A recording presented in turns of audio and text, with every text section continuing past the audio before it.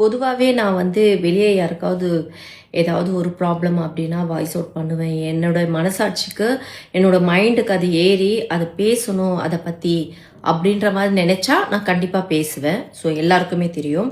But இந்த வீடியோவில் என் பொண்ணுக்காக தான் பேசுகிறேன்.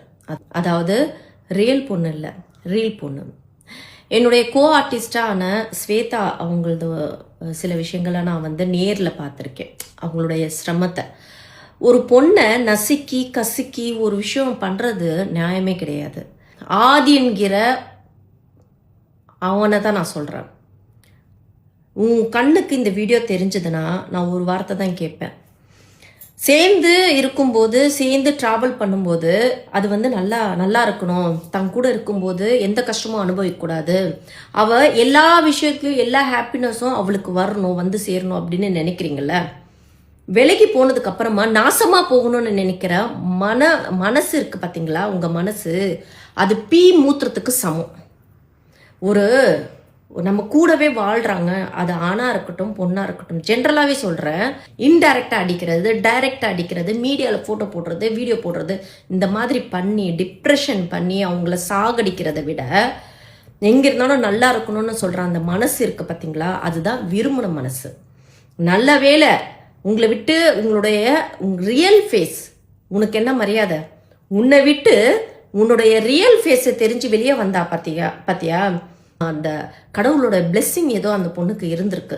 இல்லைன்னா இந்த மாதிரி ஒரு சாக்கடை குணம் உள்ள கேரக்டர் ஒருத்திய நாசமாக படுத்தணும். அது என்னது ப்ரொஃபைலில் love you wife, lovely wife, அது ஆச்சா பூச்சான்னு தின்ற சோறு வந்து உண்மையாலுமே நீ ஒழிச்சு சாப்பிட்ற ஆளாக இருந்துச்சுன்னா, உனக்கு அறிவுன்னு ஒரு விஷயம் இருந்துச்சுன்னா, நீ சாப்பிட்ற தட்டில் ஒன்றுமே இல்லாத தட்டுக்கு ருசிச்சு சாப்பிட்டுட்டு இருக்க, புரியுதா?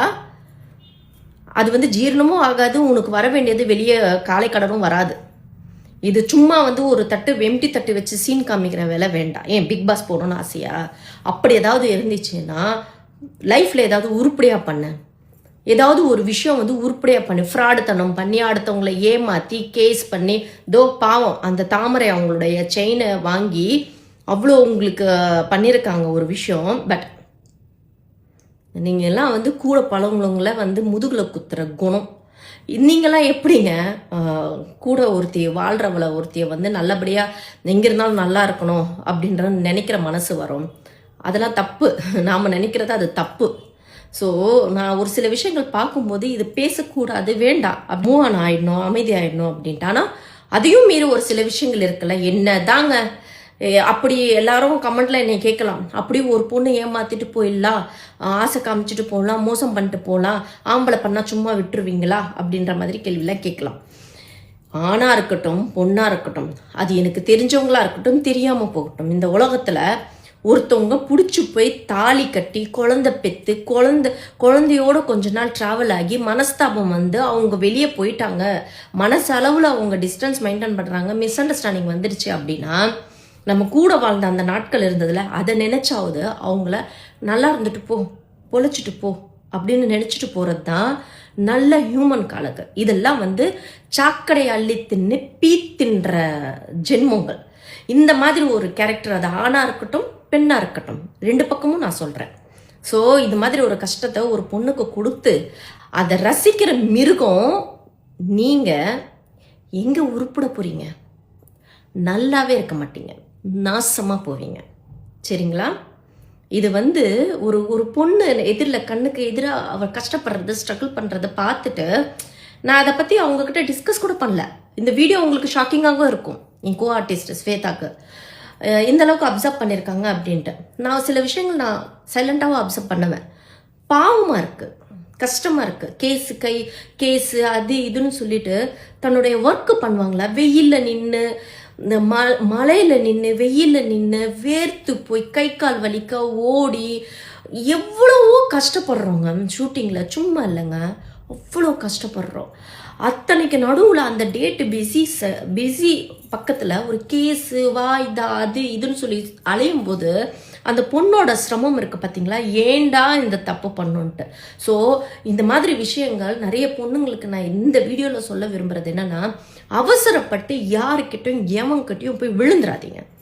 எல்லாருமே வந்து கூட இருக்கவங்க தான் நீ நல்லவ அப்படின்னு சொல்லுவான். நீ நல்லவளா இருந்தாலும் அவனை விட்டு நீ விலகினா அவன் கெட்ட, அவன் வந்து மோசமானவன், தேக்கு சமம் அப்படின்னு சொல்லிட்டு வெளியே பேசுவான். மீடியாவில் சொல்ல முடிஞ்ச மீடியாலையும் சொல்லுவான், அசிங்கப்படுத்துவான். ஸோ ஆம்பளைங்களுக்கு பிரச்சனை கிடையாதுங்க, பெண்களை தான் வந்து இப்போது ஜென்ரலாகவே திட்டினா எதை வச்சு திட்டுறோம்? ஒரு பொம்பளையோட ப்ரைவேட் பார்ட் வச்சு தான் ஒரு ஆம்பளையும் திட்டுறோம். அவள் அம்மா கறியை தான் பையன் அப்படின்னு சொல்லிட்டு அப்படி பேசுகிறோம். ஸோ பொம்பளைங்கள தான் இங்கே கரைச்சி கொட்டுறோம் தவிர ஆம்பளைங்களை எதுவும் சொல்கிறது கிடையாது. 10 பேருக்கு மேஞ்சா கூட அந்த ஆம்பளை 1க்கு 2 ஒரு லைஃப் வந்து ஸ்பாயில் ஆகி உட்காந்தா அவன் பொம்பளை, அவள் ஒழுக்கமாக இருக்கணும் அப்படின்னு தான் நினைப்பாங்க. ஆனால் அவங்களுக்குள்ள என்ன நடந்ததுன்னு தெரியாதுல்ல. ஸோ ரொம்ப மன கஷ்டமாக இருந்தது. நான் ஷூட் முடிச்சுட்டு வந்தேன், என் மைண்டில் ஓடிக்கிட்டே இருந்தது. எதுவாக இருந்தாலும் என்னோட இன்ஸ்டா பேஜில் எல்லாருக்கிட்டையும் ஒரு மனசு திறந்து பேசினா கொஞ்சம் என் மனசு லேசாகும். ஸோ யாருக்கிட்டையும் நான் இதை பற்றி டிஸ்கஸ் பண்ணவோ ஒருத்தவங்களுடைய லைஃப்பை பற்றியோ பர்சனல் பற்றியோ டிஸ்கஸ் பண்ணவோ நான் வரலை. பட் நான் என்னை பொறுத்த வரைக்கும் இந்த பொண்ணு பாவம் ரொம்ப கஷ்டப்படுறாங்க.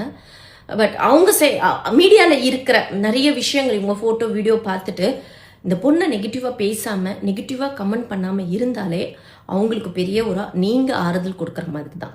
நம்ம மனசு நம்ம கேரக்டர் வச்சு கொச்சப்படுத்தி கமெண்ட்டில் கேவலமாக பேசுனீங்கன்னா அது உங்கள் குணத்தை சேர்ந்தது, உங்கள் வளப்பை சேர்ந்தது. ஒரு பொம்பளை பொண்ணை இந்த அளவுக்கு கஷ்டப்படுத்துகிற இந்த மாதிரி ஒரு ஜந்து இந்த உலகத்தில் வாழ்கிறான் அப்படின்னா கடவுள் ஏதோ ஒரு விஷயம், பெரிய கஷ்டம், கை கால் விளங்காமல் போகிறதுக்கான விஷயம். ஏண்டா அந்த பொண்ணை கஷ்டப்படுத்தணும், ஏண்டா இந்த மாதிரி நம்ம மிருகத்தனமாக நடந்துக்கிட்டோம் அப்படின்னு நினைக்கிற அளவுக்கு கடவுள் ஏதோ ஒரு கர்மா அந்த ஆதின்ற அவனுக்கு வச்சிருக்கான். அப்போ அவ்வளோதான் சொல்லுவேன். பாய். திருந்துடா.